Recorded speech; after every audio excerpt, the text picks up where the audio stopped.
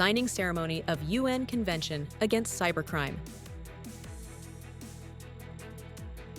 U.S. President Donald Trump embarks on a three-nation Asia tour.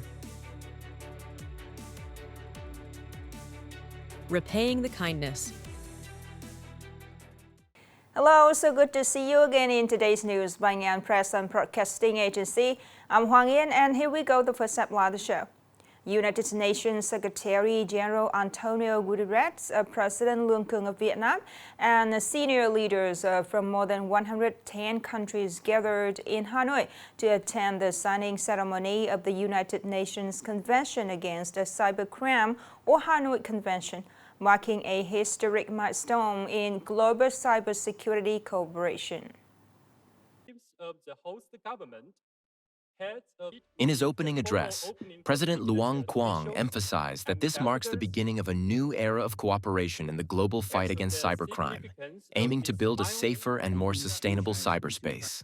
The Hanoi Convention serves as a global legal framework enabling countries to jointly assume responsibility for peace, security, and stability. It conveys three key messages: a commitment to shaping the global cyber order, solidarity and mutual support among nations, and the highest goal, ensuring technology serves humanity so that no one is left behind. The title, Hanoi Convention, enshrined in the document's text, reflects the international community's recognition of Vietnam's contribution to drafting this important agreement. Hosting the signing ceremony demonstrates Vietnam's growing global standing, responsibility, and active role in promoting cybersecurity initiatives within the framework of global cooperation.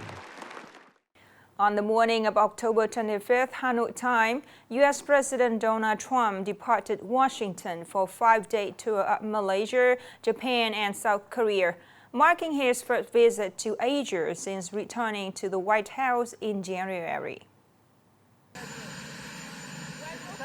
Trump's first destination is Malaysia, where he will attend the ASEAN summit and may preside over a peace agreement between Cambodia and Thailand, following his previous efforts to ease border tensions between the two Southeast Asian nations. He will then travel to Japan to meet Prime Minister Sanai Takaichi to discuss defense and trade cooperation. The final stop is South Korea to attend the APEC summit. A highlight of the trip of his 5-day Asia trip is a scheduled meeting with Chinese President Xi Jinping on the sidelines of APEC. The meeting is hoped to de-escalate tensions between the two countries caused by Beijing's export control measures and Washington's warning of new tariff hikes up to 155% on Chinese goods. Ukraine's president and European leaders have convened in London for a summit of coalition of the willing to seek solutions to strengthen Ukraine's air defense capabilities and provide long-range missile support to counter Russian attacks. The meeting was attended by UK Prime Minister Keir Starmer, NATO Secretary-General Mark Rutte, the Prime Ministers of Denmark and the Netherlands, while about 20 other leaders, including French President Emmanuel Macron, joined online. At the meeting, Ukrainian President Zelensky called on allies to fully sanction Russian oil companies and enhance long-range missile capabilities for Ukraine. British Prime Minister Starmer also urged partners to finalize the use of Russian state assets to unlock billions of dollars for Ukraine's defense. Meanwhile, President Macron pledged that France would supply more Aster missiles, Mirage aircraft, and new training programs to Ukraine in the coming days. Upcoming are some updated news. Despite tariff and technical barriers, Vietnamese exports to the U.S. market recorded remarkable growth. In the first 9 months of 2025, total export value reached over USD 112 billion, up nearly 27% year-on-year. The textile garment sector stood out with nearly USD 16 billion in exports, up more than 20%. Many U.S. partners are diversifying their supply chains, choosing Vietnam due to flexible production capacity, stable quality, and competitive costs. With a strong increase in demand for imports during the Thanksgiving and Christmas holidays, exports to the U.S. are expected to exceed 150 billion USD this year, contributing significantly to Vietnam's economic growth.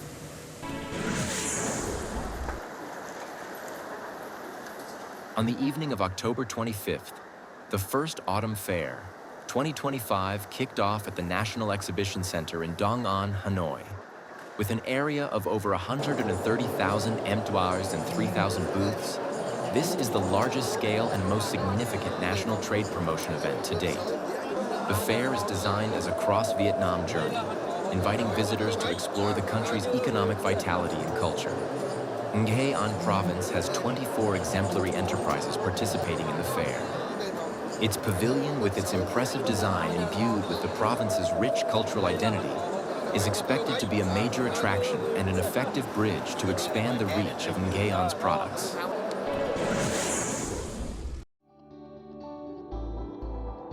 With many breakthrough solutions, Nghệ An's tourism industry is showing strong momentum, gradually asserting its position on Vietnam's tourism map.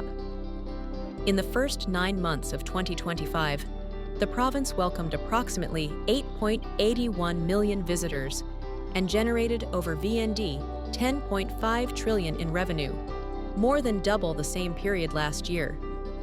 Total tourism earnings, including auxiliary services, are estimated at nearly 19 trillion VND. By the end of the year, Nghệ An aims to attract over 6 million overnight visitors and achieve total industry revenue of nearly VND 12 trillion, turning tourism into a key economic sector of the province.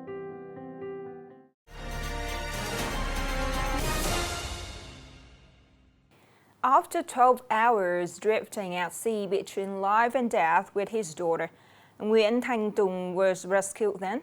Instead of trying to forget that harrowing experience, he turned it into motivation to establish Thông, a volunteer rescue team dedicated to saving lives and spreading hope in the community. More in this story today. My daughter and I were adrift at sea and were brought back. I was deeply grateful to those who helped me. That inspired me to do something meaningful to help others in distress. So I plan to buy a canoe and offer free rescue assistance. These are the heartfelt words of Thông, the founder of the Thông zero-cost rescue team, who himself once faced the threshold between life and death at sea. This gratitude motivated him to begin the journey of repaying kindness, with the desire to bring life and hope to those in danger.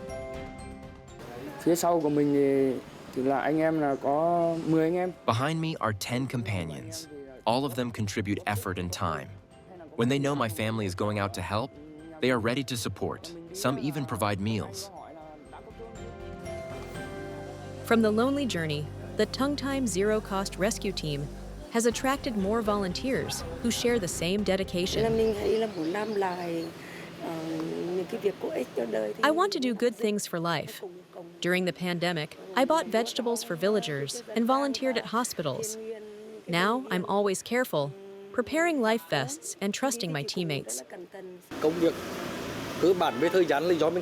I'm a freelance worker, so I can arrange my time. When needed, I can temporarily put aside my work to go with the team. The Thông zero-cost rescue team continues to quietly set out, day and night, with only one goal: saving people's lives. Their journey is spreading further as more kind hearts join in for a safer and more compassionate community. The last story to send it our news today. Thank you so much for your attention. Goodbye.